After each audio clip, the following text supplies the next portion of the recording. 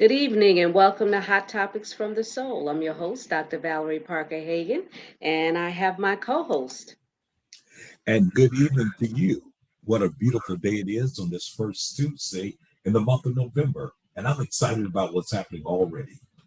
Yes, it's November 2nd today, and it's been election day for Yes. several states. So hopefully, those of you that had elections going on in your area, that you took advantage of that and exercised your right to vote, your voices to be heard. We're big advocates on voting. So many people fought for us to have the right for our voices to be heard. And a lot of people said, oh, our vote don't matter. It won't make a difference. But yes, it does. The more people that think it doesn't matter, that defeats everything that our ancestors fought for us to be able to do.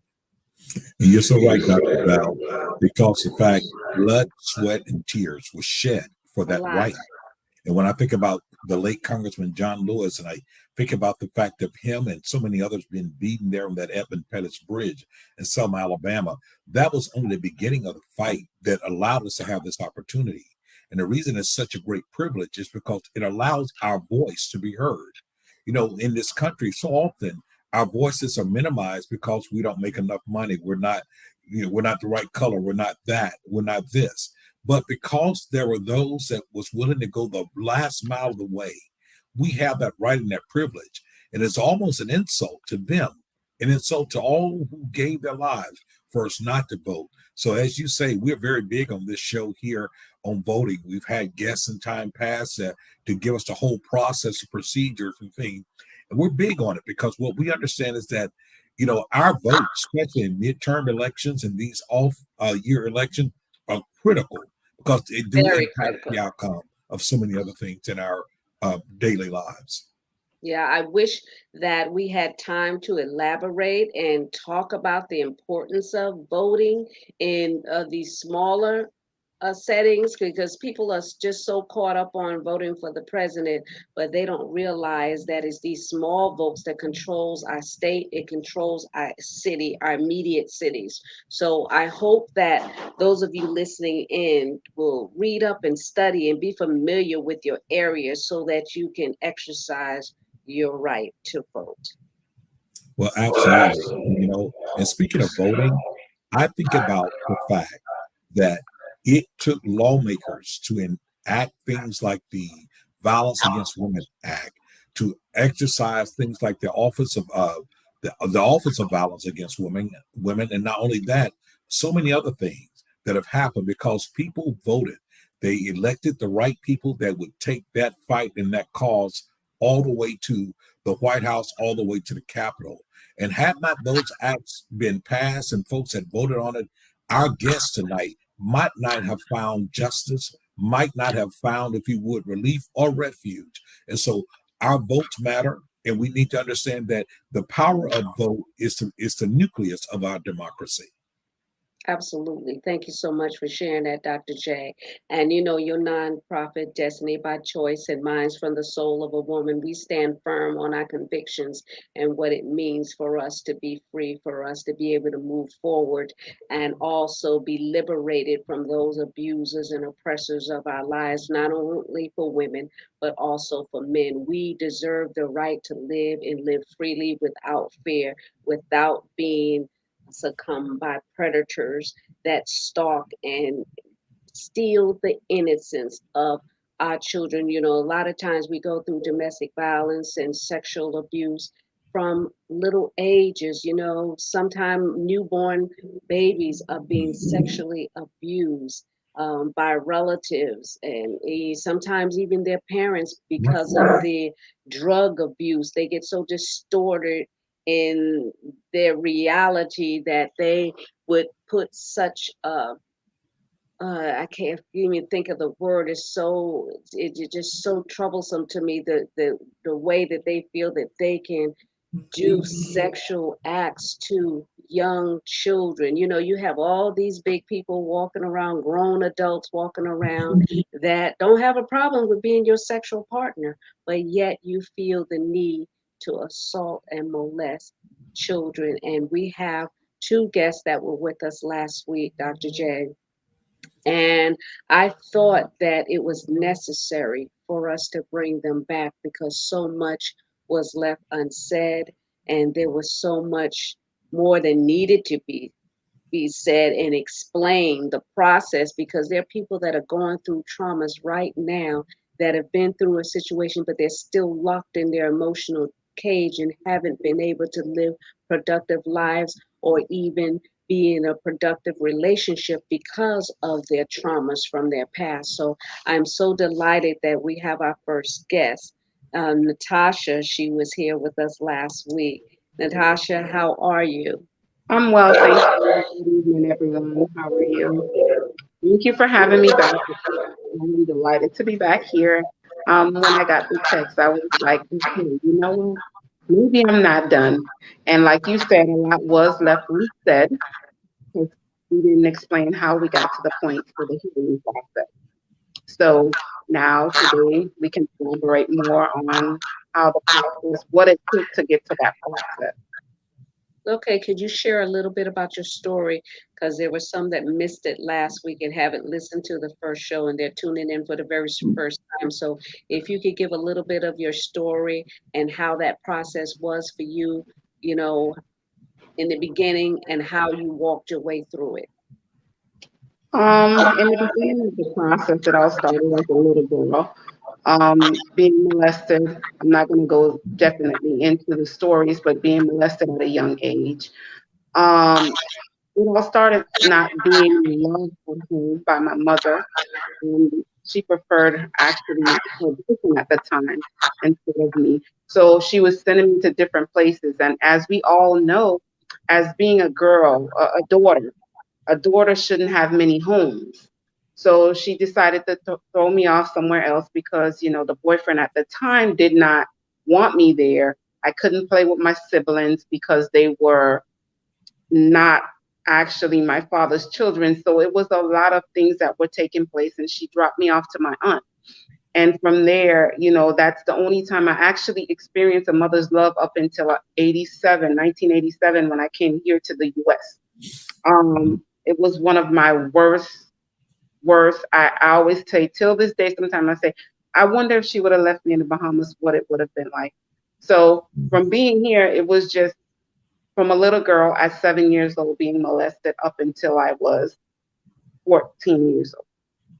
So it came to the point where it was something that I got accustomed to because I tried to let my voice be heard. It was always, you're not telling the truth, you're a liar, and you're a liar. So it became to a point where I got quiet. So I never said anything. I got quiet.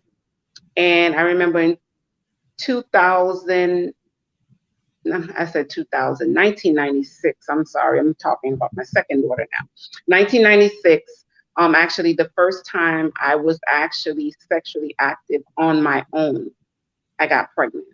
Just that one incident, I got pregnant with my daughter. And from there, I never look at it as a mistake. I think that was God's way of getting me out of my situation. I had to go from one bad situation to another bad situation. Being pregnant at that age, my mother said, you know what, two adults cannot live in a house. So what are you going to do? She put all my stuff out. I'm 15. I'm trying to figure out, what is a 15-year-old going to do? At the time, I was not a U.S. citizen or a resident. So I had no status here at the time. And so I was still trying to figure out, what am I going to do? I couldn't work, whatever. But I ended up being homeless. I ended up being homeless, pregnant with my daughter. I was sleeping behind a Winn-Dixie, like I mentioned last time. And I was still trying to go to school in the process of being pregnant with a child. um, things got hard. And sometimes when it was cold and I didn't want to be out, I would say, can you please let me sleep at your house just for the night? I promise you, I'll be gone in the morning. Because a lot of people didn't want to interfere with my mother because my mother would have told them, why you let Natasha live here? So from there, I just had to figure it out. And that was the time I had to realize that, look, Natasha, you're an adult now. I have somebody life that I'm responsible for. I'm an adult. But I went through a lot of hard times before I got to the point where I'm at right now. And I cannot say it was easy, but only thing I can say it was worth it. It wasn't easy, but it was worth it because I was determined to get out. I was determined to leave that behind me. But of course, I got pregnant again in 1998. Well, actually, 97. I had my daughter in 98. So now I have two kids and don't know what to do still now at this point. And I remember telling their father that I'm pregnant, and he said to me, "Well, I cannot have no kids, so you need to find those children's father." So now I'm like, okay, I'm still a minor. And I was like, well, I did think about getting rid of the baby. But I was not of age to get rid of the baby. So I ended up with two kids and two kids from there, which wasn't enough. And that's when I started to experience, not, I experienced sexual abuse. Now I started to experience physical and mental abuse. So I was getting hit. And now it was a thing where he was always playing with my mom. Nobody would want you because you have two kids and this and that, and they're not my kids. So I dealt with a lot. So now that I have the kids to fight for, I had to make sure I make it happen. I made ends meet where I would get under the table jobs and do things. And mind you, I'm going through all this abuse, and I still had to hold my head up. So it went on for a long time through my 20s and 30s with me fighting to find out who am I. I never could have found out who am I because I went through so much. So now I started to talk, like I said, to that little girl. That little girl was still dying. I was trying to put that movie in the back of my head and say, this never happened to me. I'm making it up. So now I begin to trick myself into thinking I was lying because that's what was said to me throughout my years. And, and one day I had to sit down. I'm like, look, I'm not well. I wasn't messed up in the head to say I'm crazy, but I'm not well. I'm not well because when I would see little things, it would trigger me. So that's how I knew I was not there yet. I was not there yet. So I had to go back and deal with that little girl named Natasha. And when I dealt with that little girl, emotions was all over the place. Everybody that ever sexually molested me came up that I even forgot about. Um, it was just a process. And Now, how everything. did you? Yeah, I want to interject. You said that you had to deal with Natasha, which meant dealing with yourself. Now, did Dealing you with have someone to walk you through that process, or you just had an aha moment where you stopped and said, I need to fix this? I had to stop and say I need to fix it. I did it on my own because some of the things that took place, they were embarrassing. And I didn't want to go through it with anybody. And I don't think anybody would have understood what I went through. So that's why I took it upon myself and say, I got to heal that little girl. Because that little girl inside of me was still dying, even though I looked like a physical adult. So I was still dying on the inside. So I just took 3 months. I stayed in my room and I healed myself with the help of that Bible. I was led to scriptures by God, and I had faith that I was going to be healed because that's what I was asking God for. That I need to be healed. I couldn't even have a relationship without thinking that this person don't want to be with me. They just want to use me. I was no good anyway. My mother told me, everything that my mother said to me played back. Everything that my mother said to me played back, even from calling names and everything else.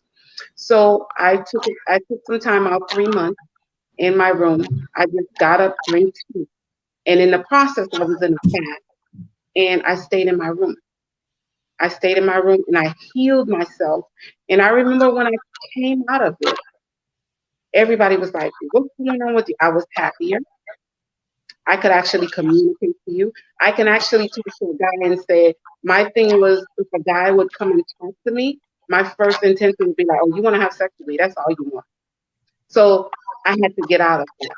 Now I can have this conversation. But the key for me to get to that healing process was the Bible and faith.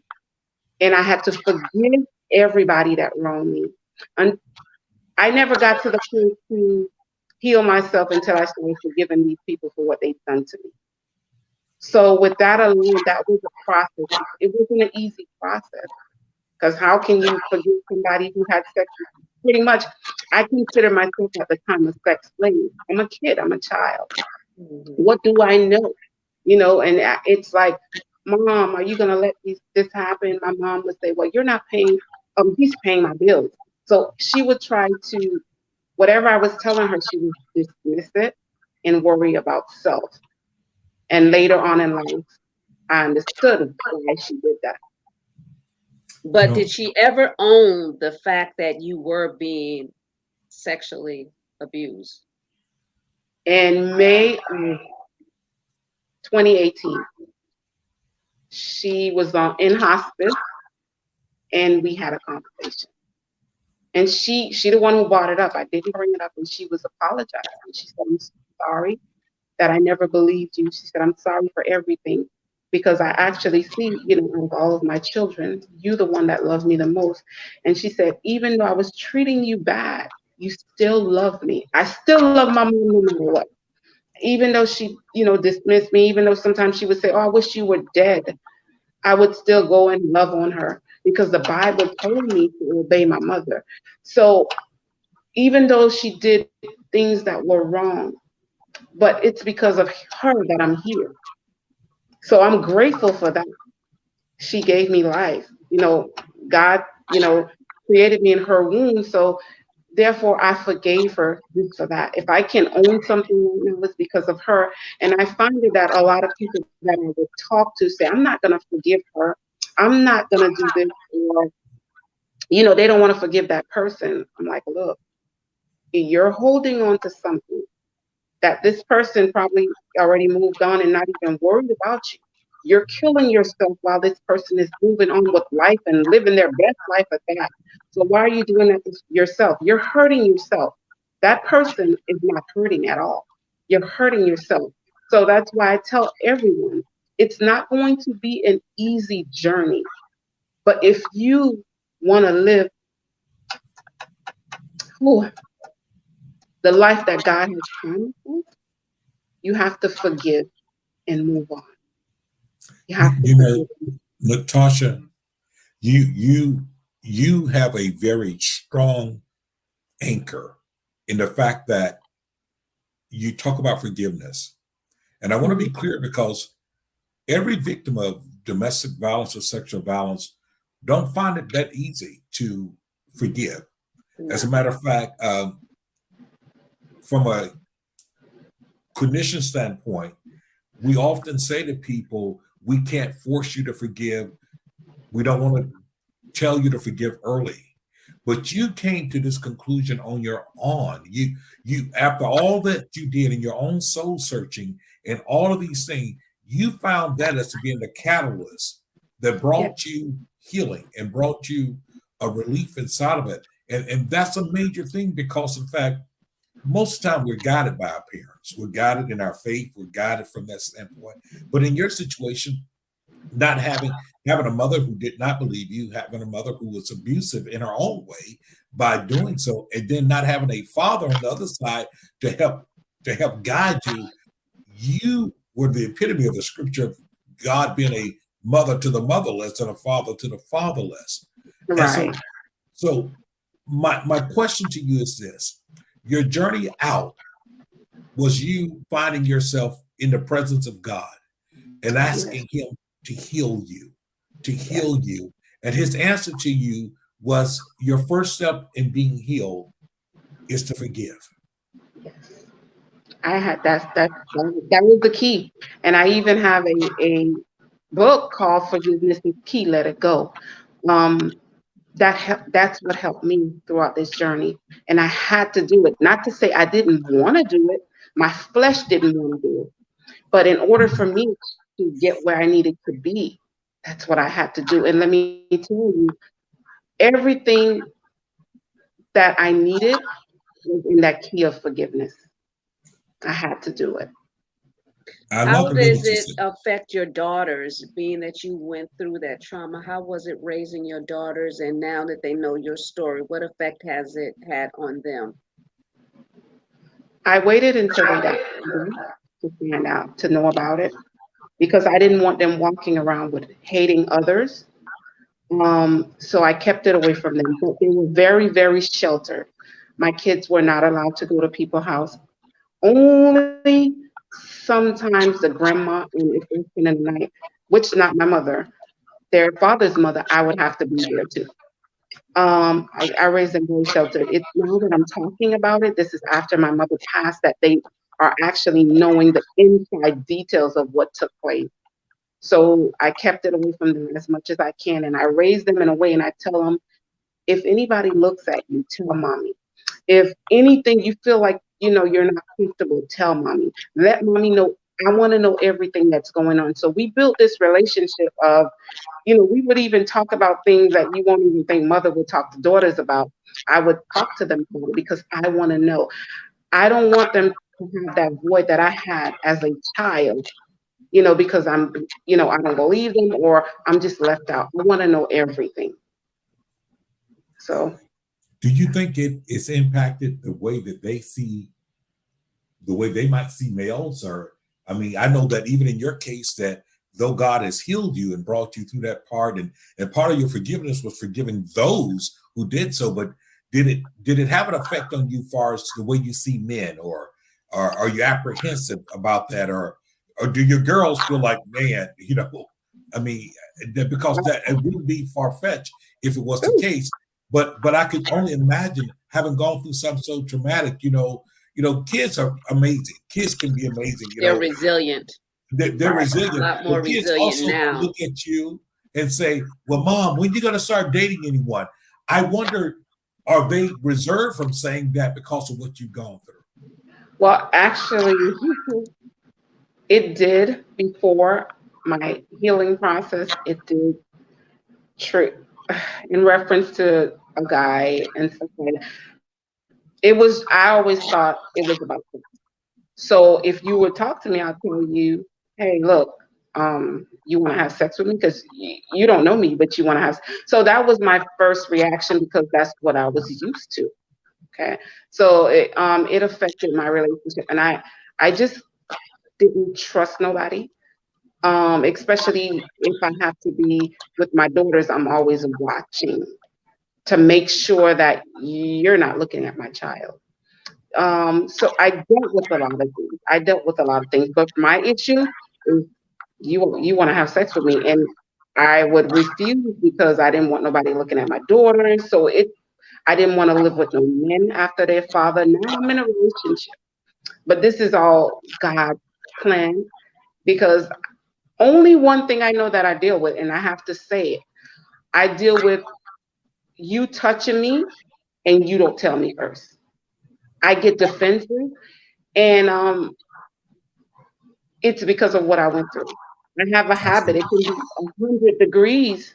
I will cover myself. That's my defense mechanism. I would still cover myself from head to toe. So it can be hot. And my daughters would be like, Mom, why you do that? I said, you would never understand. But I do that because that's my protection. I feel like that's a source of protection for me. Gotcha. Wow. Yeah. How can individuals connect with you and hear more about your story and also the products that you have and services you may offer? I do have books on Amazon. One of them is Forgiveness is Key, Let It Go. And then I also have the prayer journal that I use on my journey of healing. So, I mean, Jesus is real. I mean, the Lord is real. However, He's Yes, real. he is. Those scriptures I use and they took me through this healing process. And I also have a book as well, Pain with No Scars. It gives you a little bit about my story. And the reason I say a little bit because I want individuals to have access to me, where you can actually talk to me. Because sometimes reading a book is okay. But when you have that access to that person, and that person can elaborate more with you have that sense of comfort. You know what? I'm gonna get, that healing process that I need. So they can get those books on Amazon. And also, if anybody wants to reach me, they can reach me at painwithnoscars at gmail.com. And also my cell phone number, which is my cell phone. That's what I do for, I have a phone just for that, Okay. for people to call and actually if they want to talk, they just give me the heads up and I make time for them. Yeah, Because have them just email you, and then if you want to give your phone number out, then that way you can deal with them personally like that instead of getting a lot of random calls. Okay, so it's pain with no scars at email.com. They can reach me and I will respond. Thank you so much for sharing it, and stay in the studio so that we can connect with you again and ask you some further questions. Okay. Thanks so much. Yes. Wow, Dr. J, I still am like, it just takes my breath away. I hold my breath thinking about it because as she tells her story, I walk through it with her, especially I have some of my own traumas going on, and God is definitely real and He is a deliverer. And forgiveness is definitely the key because it only imprisons you. That's why I wrote my second book, Unveiling Secrets from the Heart, Forgiving Your Past to Free Your Future, because we have to forgive. And it's true. I even wrote in the book that a lot of times we're holding things that people did to us and they don't even remember it themselves, or they're oblivious and moved on, or have become more enlightened and aware of their instance, the traits that they had in their youth to now they're older and they want to bury them. And we still walking around with those pains from something somebody said or something somebody did to us, and it has affected and shaped our whole lives, and they don't have a clue. But the sad part about that is that you're right, because there is a blindness that comes, but most of the time that blindness is there because of the fact that issue has not been brought back up to them by anyone. The victim is oftentimes silenced. They've been silenced by threats. They've been silenced So they because haven't been confronted. they ignore. So they haven't been confronted. So these individuals go on with their life. They settle into a life. Sometimes they continue doing that type of things. Other times they stop. But the reality is, what I say to any person, perpetrator, and in this case, I'm going to say men, we have to consider the damage that we leave. We have to consider, first of all, we took advantage of someone. We took advantage of their innocence. We violated them in every sense of the word. We stole their sense of normalcy from them. And we go on as if it didn't happen. But the reality is that we abuse, we have shattered someone's life. And we have to be able to confront that at some point and be able to say, listen, I'm sorry. What I did was egregious. And not that we make an excuse for them, but in so many of these cases, we find that the perpetrators, they themselves have lived life of transgenerational trauma, unattended trauma in their own lives. And so here's the power, here's the hurting, trying to gain power, and they take advantage of other people. But it is so important to me that we find a place of healing, and that to the perpetrator, that they must understand what they've done is egregious, and they need to be held accountable. Gotta be Yes, you held do. accountable. Because when I listen to stories like Natacha and like Reverend Audre'L, the thing that really stands out with me is this: the damage that is left behind. How does it affect their outlook in the future? And I don't mean to digress, but it's nothing like even me as a man coming across a woman who's been so badly damaged. What do you mean? Not that they should be shamed, but they've been so badly damaged emotionally and everything that they don't know how to receive a good man. They A don't know how good to man. receive love. They don't know And how that to happens a receive. lot. And that happens a whole lot.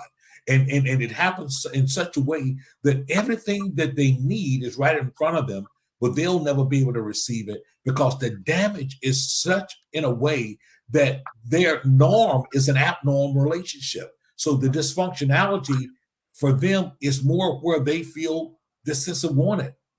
And so when you bring calm and you bring functionality and you bring love, it's almost like, no, that's not what I want because I can't feel that. And those are the type of things that people are left shattered and broken. People are left that way. So I applaud Natacha because she's gone through that phase, and God is still healing her and things. But her first step was the forgiveness part, because forgiveness is necessary. That's our prayers to answer. Forgive us our debts, that which we have done, even as we forgive our No, debts. actually, her first step was taking ownership of where she was at that point in her life and saying, Yes, taking a stance, saying, I'm not going to let you dominate and rule my life. That was her first step. And then absolutely. once you do that, then you'll be open to forgiving because you have to acknowledge all the pain, all the hurt that you've been through in order to get free from it. If you never own what happened and continue to put it in an emotional vault or in the back of your head like it never existed, then that proper healing can't take place. Absolutely. But we have some victors here tonight, and we have some victorious survivors, and that's why I think your story is so critical in this day and time. Someone's listening right now, Dr. Val, and perhaps they've been suffering in silence. Perhaps they have hidden their story from many for so long. Perhaps on the outside, it looks like they've overcome and no one even known they've ever gone through.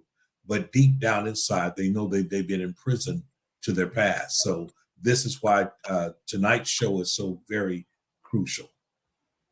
And our next guest, Absolutely. Reverend Audra Chantel Davis Jones, once again, from stolen innocence to the victory that she now enjoys. good evening. Good I was waiting for evening. Dr. J to introduce you since I did brought on Natasha, so I was waiting on him to bring you in. And thank you so much for agreeing to come back. You know, a lot of times it's not easy to relive, but we relive for the victory. Yes. Yes, and it is so profound that you mentioned victory. The way that my book is set up, each chapter has a battle, it has a praise, and a victory. And that's Amen. one of the things that all the way throughout my journey and throughout the different things that I went through, mainly kept me grounded, that I knew that I had a battle to Mm. overcome. But somehow I had to do that anyhow, praise. And praise did not come easy when somebody was beating on you and you went through stuff. Yeah, Praise does not come. But I knew that that was one of the things that was healing me and helping me to grow. And I know Natasha talked about forgiveness. And that's one of the things that I had to first do was to forgive myself. And the reason that I had to forgive myself is because I blamed me and it put a block there that I could not go any further. And every time I looked at myself, it was always as though I was blaming myself. And in order for me to be able to just go forward, I had to forgive myself first. And I prayed and asked God to help me to not have a heart of hardness so that I would be able to still, when the right person come along, be able to love them, still Wow. be able to have something to give someone else, and so it was just really heartfelt. And that was one of the things that I made sure going through, that I would not have this hardness towards every man, because every man had something. And I was Right. able to look at it from the perspective of five or six several things that I had in mind, that I know that I cannot change an individual, but I could only change myself. And when they came in, it helped me. It really Wow. helped me to say, oh, we're not getting along, not because of that, but we're not getting along because you are a smoker and I'm not going to try to do this. You are an abuser. You are an alcoholic. So these are the reasons why. And once I put those things in perspective, it really helped me to just kind of look at it so that I would not blame every man for the past mistakes. And I have a heart for love, and I wanted to just be loved. And before I knew that that can happen full Mhm. heartedly, those two things had to take place. First, me forgive myself. And yes, I Mhm. did have to forgive my abusers so that I can go on. It wasn't easy and it took a while. And Mhm. when I got into the point of that anyhow praise, I found something, just something special, something little, something very minute to say, Lord, I praise you anyhow, so that it would help me to be able to get to the next level of claiming the victory. And once I claimed the victory, that means that I was really onto something because I was ready to put some of those things behind me. And it is just really um, ironic of how you really would think that coming and going through it was 43 years of me dealing with abuse and domestic violence at one point or another, from 9 years Wow. old to 1989. And it was after that time in doing this writing, and the day that I was seemed like kicked out of the bed to get into the bathroom. I ended up on the floor, and I knew that I was the only one in the room. But I felt that it was the Holy Spirit letting me know, hey, get up and write your story, because I had been procrastinating. And I'm like, no, nobody don't want to hear this story. But I know that what was said to me, who could better write your story than you can? You're the only one that can write this, and you're the only one that can grow through and share with others, because what I brought you through is not just yours alone.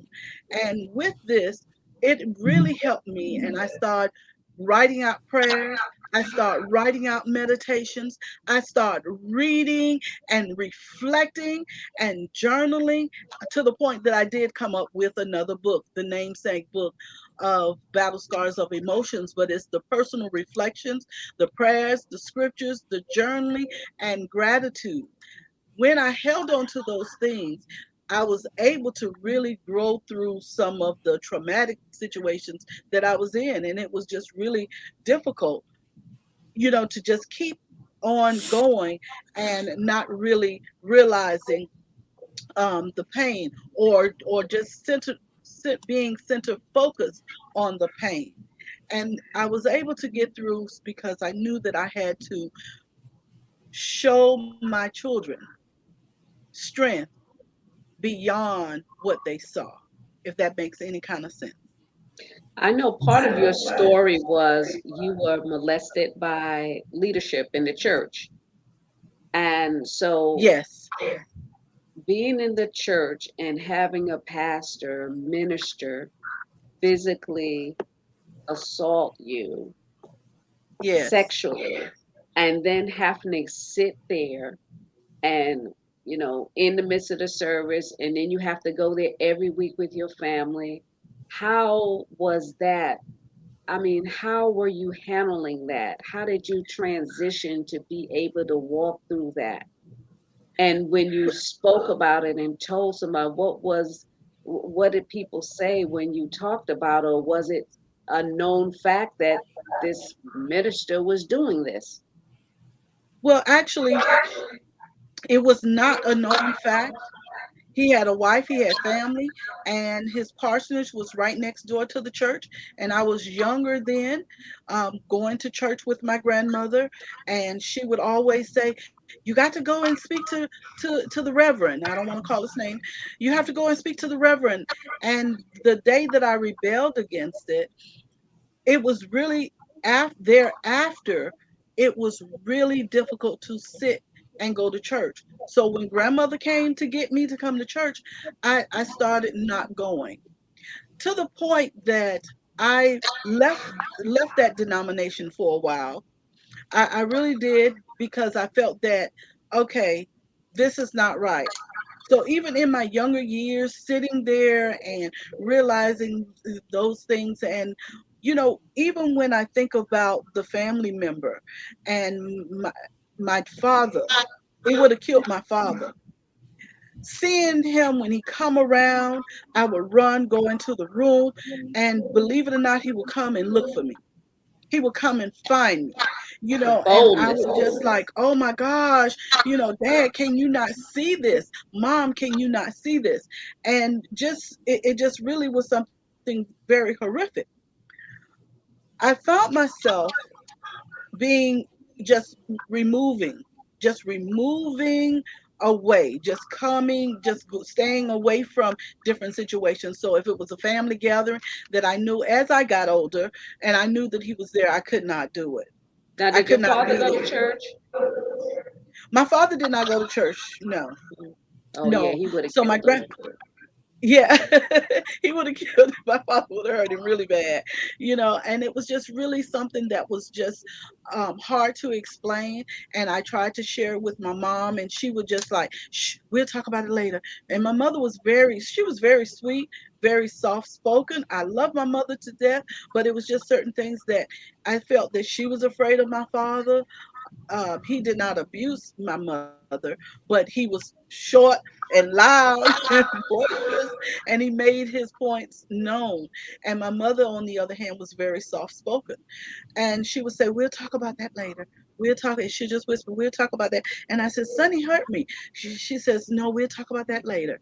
And so she never wanted to go into detail or anything.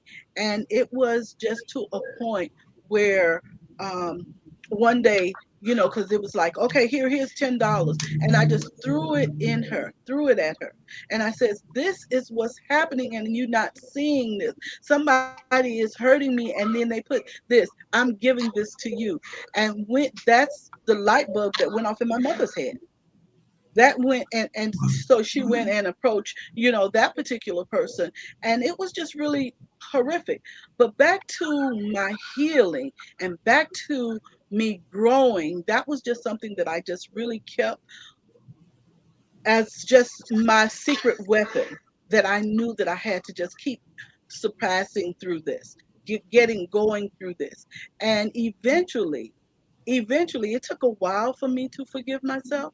It took a while for me to just really explain to myself that it was not my fault.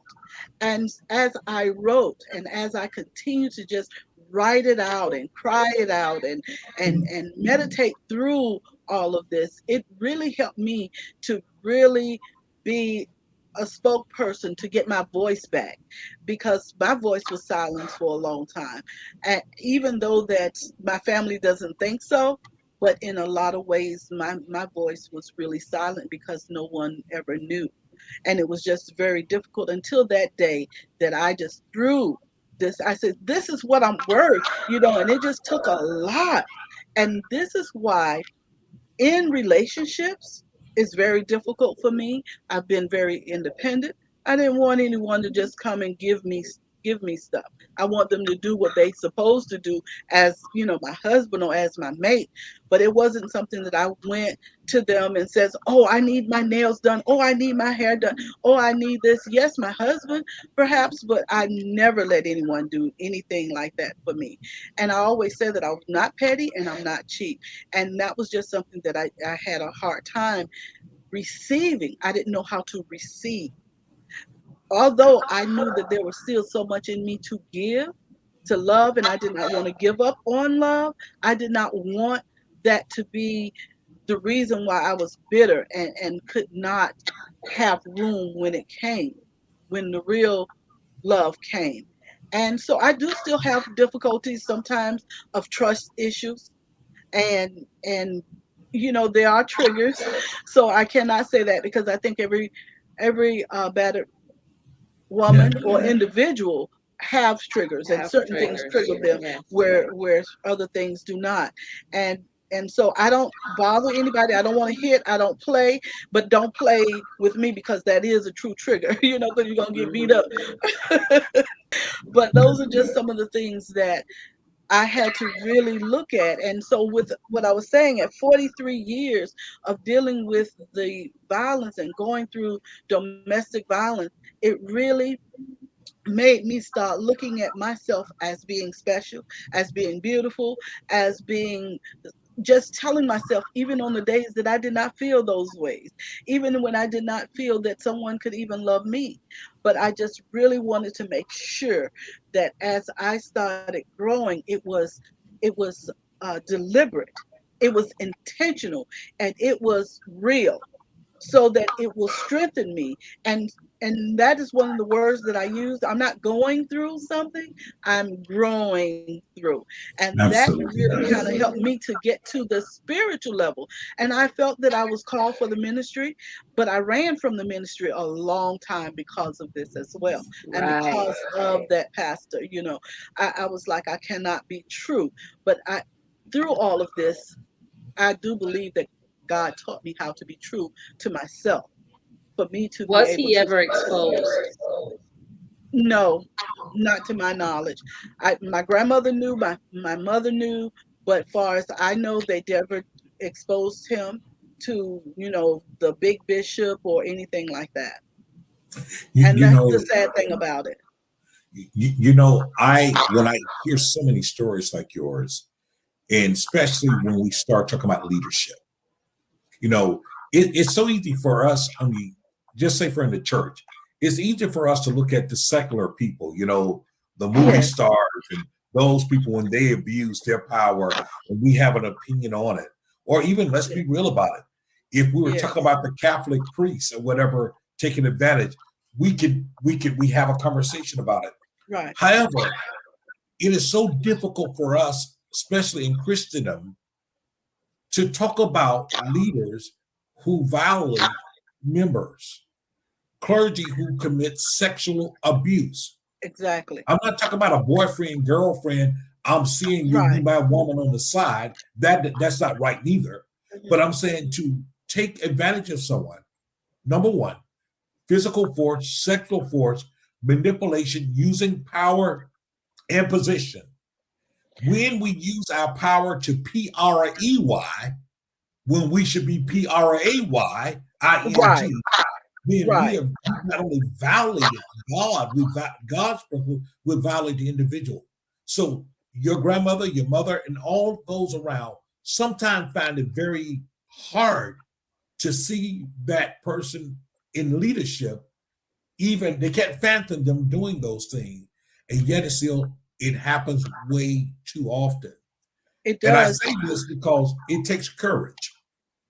It For really, it really does. And now what I do, and I'm able to just pick, oh my goodness, I'm able to just pick it out right away. I'm like, okay, no, he's not right.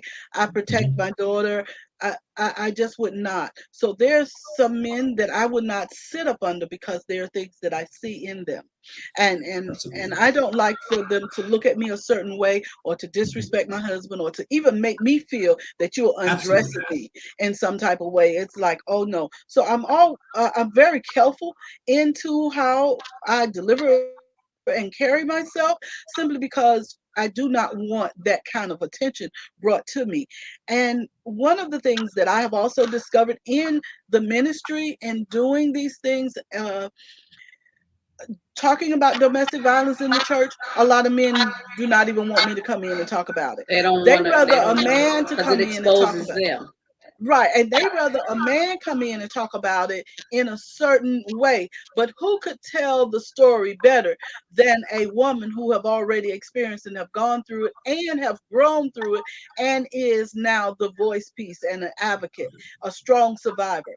And so I find that when there are a few that embrace to say, hey, I know one pastor confided in me. He says, there's someone in my church I know who beats their wives. I want you to tell the story. I want you to stand up and be bold. But a lot do not receive it for that. But here is the thing that I often tell people, because those that have been abused and then they say God allowed it, I have to tell them my story in such a way, and the way the spiritual well-being take place, you have to also have something already rooted inside of you, and in order to pull from. And that is what was my sustaining power.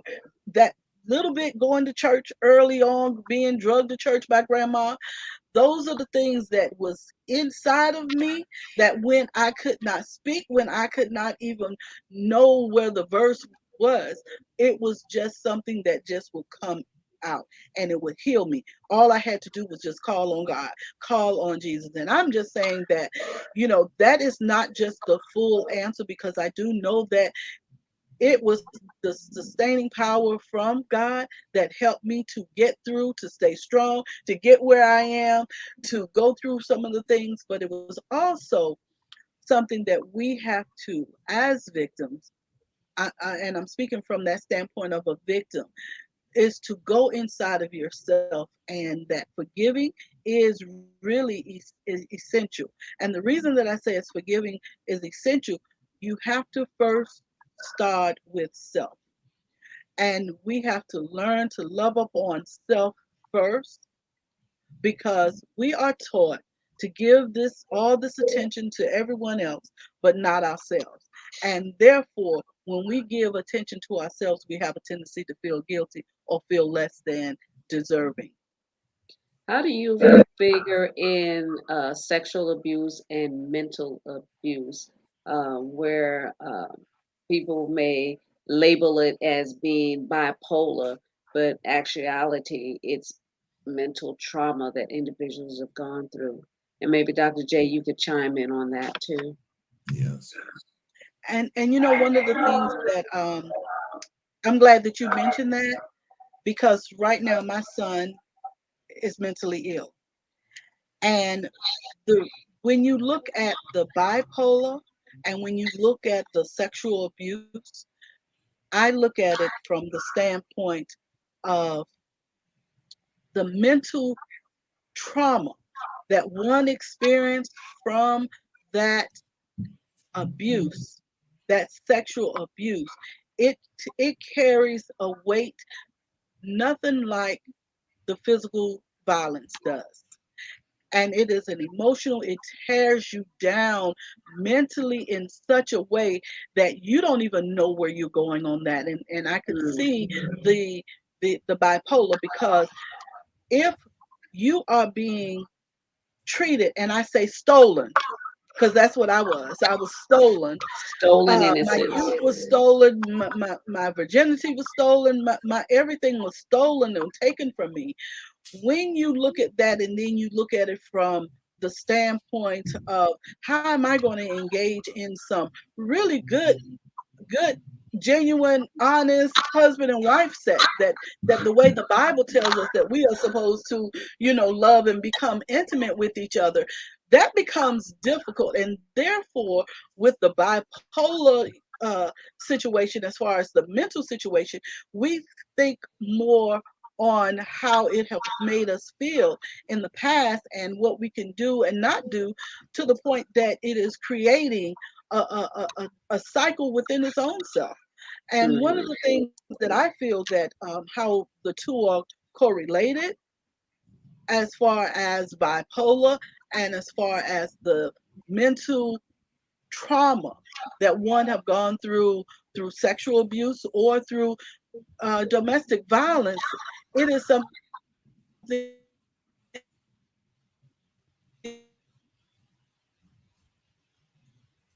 Did we kind of lose her? Yeah, I think she froze up a little bit.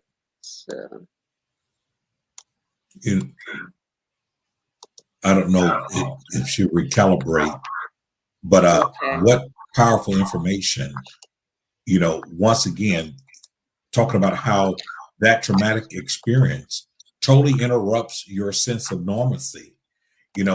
How does it, and that's something that's important for not only victims, but even for those that are listening. That's why I like for men to hear these broadcasts and see these things.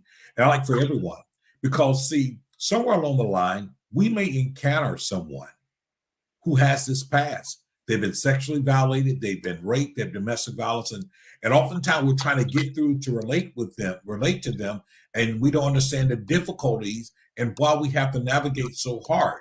And so when we start talking about even intimacy, the ideal of intimacy is a whole different thing now because of the violation there. From one sense, of the fact of, as you heard both Natacha say, as well as Reverend Audre'L, is the fact that sense of normacy. What does that look like now? What Because does it look like? yeah, because I've not experienced normacy. So you heard Natacha talk about the fact she doesn't like to be touched without permission. Now, here's the interesting thing.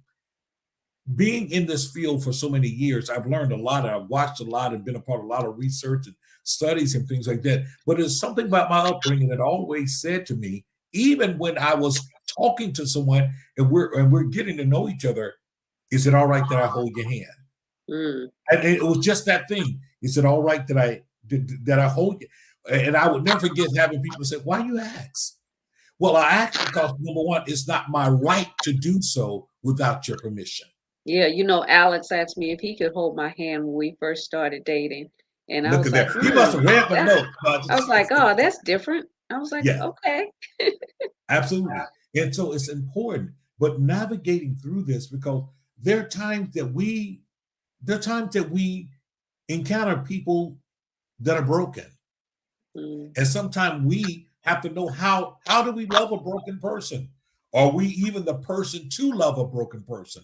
Because we walk Mm. in expecting a person who is broken to act as if they've never had a traumatic experience, to act like they're normal. And so you have to decide whether or not am I the person that has the patience or the tolerance to navigate this life of this person. I like them. I think they're great. I think they're wonderful. I think that. But do I have the temperament? Do I have, once again, the patience or tolerance to deal with that?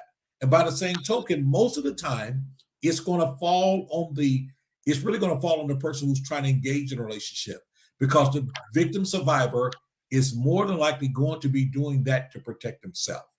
Right. What they need to protect inside of it. And hold up. I thought it was so interesting with Natasha's response, and I've heard it many Yeah, times. we'll bring them back in the studio as well, too. Exactly. So that they can. She said something about the fact of, once again, she just cut through the chase. So you want to have sex with me, huh? And isn't that amazing? Because that's been the experience. And it's almost saying, I need to know, do I have value to you more than just sex?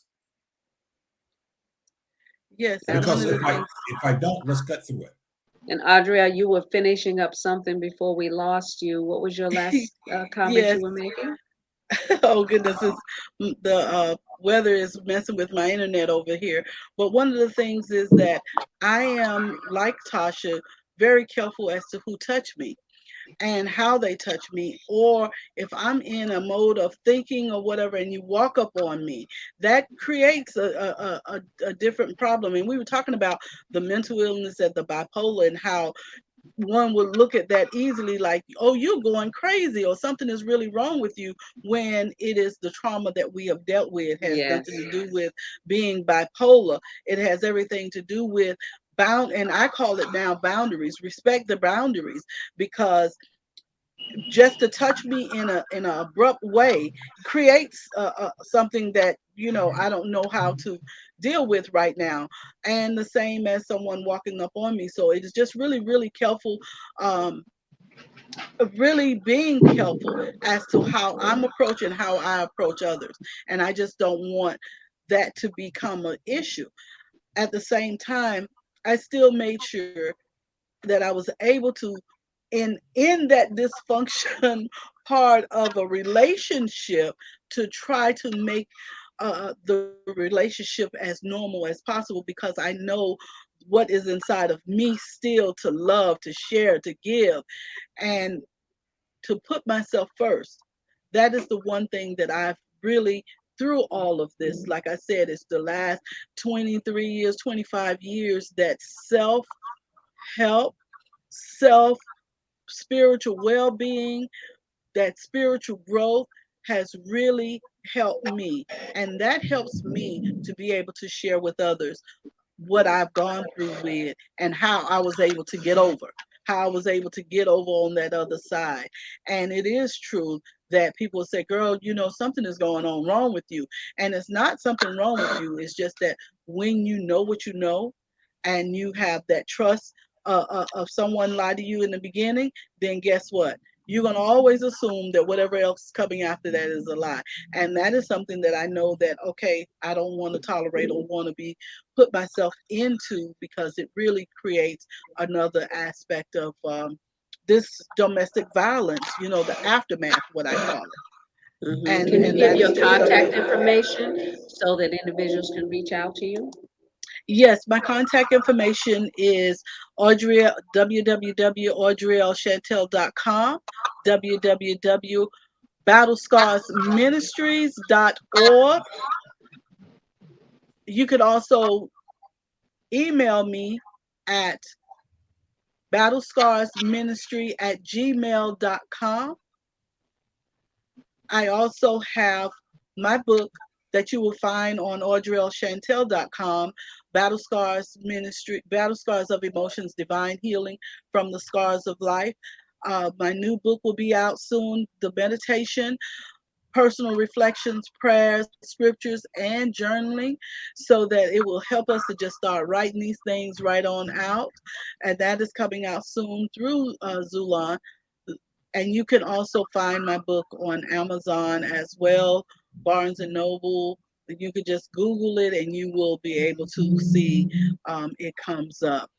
And Battle Scars Ministries is a nonprofit organization, and we are right now still in the launch process of accepting donations so that we can have the thrift store that's open, which is our central hub of our resource center as well as services. And we do have a little pamphlet if they want to contact me through email, where they will be able to get just basic local resources. And I'm still working on getting partnerships to add to that. That's awesome. I applaud both of you for the magnificent work you're doing, and I'm sorry that you all had to go through the experiences, but it has allowed you to be missionaries for the Lord. Yes, So this my pain has become my power too. I started the foundation from the soulofAwoman.com regarding domestic violence. I was in a 19-year marriage of abuse, so I understand fully, and I know about being sexually abused, and I know about people coming up on you, because my favorite thing would be like, well, it's not my favorite thing, but I would always say, you need to back up off me. that's And right. because that's me standing up in my power. You can't get too close to me. You can't roll up on me like that, because Mhm. now I have my power, so you need to back up off me. So Exactly. we're hoping that individuals listening that have went through an emotional, mental, physical, and spiritual trauma will take courage to stand up and say no more, and be that person that God intended for you to do. We all have some stories to tell in our lives, some good, some bad, but Yes. more people that need to be have gotten stolen innocence from a child, where they've been molested and preyed upon, and it has carried them all the way to their adult life, where they can't function normally in a relationship or on their jobs. And I feel so sorry that you had to go through that. We've all that are here have gone through it, except for Dr. J. I don't know, but we women that are here, we know what that feels like. We Yes. know how that looks. So we are watching you. So, and We are. we will expose you. Right. And let Most me say definitely. this, because my passion comes in the fact of having to be that ear, having to be that shoulder, having to be that resource for many women and children that have gone through this. Understanding, however, what it is to be emotionally and abused as well inside a relationship. That's not foreign. National statistics will tell you one in every 9 men will be abused in their lifetime, 1 in 7. And abuse may not always look the same, but the Right. hurt and pain is very dear and it's deep. And I do know that unattended trauma, unattended situations in our life oftentimes leave so much residue in our lives that it clouds our present. And that is why it is so important to continue to do these type things. And that's why, I don't mind being the person, that male that have stood out here over 29 years Thank talking you. about these issues, because the Yes. fact I understand them greatly and I see them greatly. And so I feel the pain of sisters. I'm grateful for having grown up with 6 sisters, and 5 of those sisters was older than I was. You know, I had 3 brothers, but it was nothing like the effect that my sisters had on me, because they taught me empathy, they taught me compassion, they taught me transparency. And as a Yes. result of that, it has been the thing that have really led my life. And I say to any brother out there, you've got to understand that we must start standing up. We must speak out against this type of abuse and control. We must examine ourselves and get rid of this toxic masculinity and begin to build a whole different world. And we as men and brothers need to stand side by side with our sisters. Yes. And begin to say no more. So I go back to what one of my programs is with Destiny by Choice. It's man up, stand up against domestic violence. And that's what we have to do. And the National Domestic Violence Hotline is 1-800-799-7233. That's 1-800-799-7233. And the National Sexual Assault Hotline is 1-800-656-4673. That's 1-800-656-4673 for the National Sexual Assault Hotline. Thank you again, ladies, for joining us and sharing your stories, being transparent, because a lot of times when you go through situations in your life, the enemy within always tells you that you're the only one and that you're not worth it. And you are so worth it, and you are so loved and so appreciated. And I thank you so much for your courage. You're Good very night, welcome. Thank you and so God much. bless. Thank you so much. Thank you. Dr. J, until next Tuesday Until on next another Tuesday. Hot Topics from the Soul. Thank you Good night. so much again. Thank you all. You're welcome.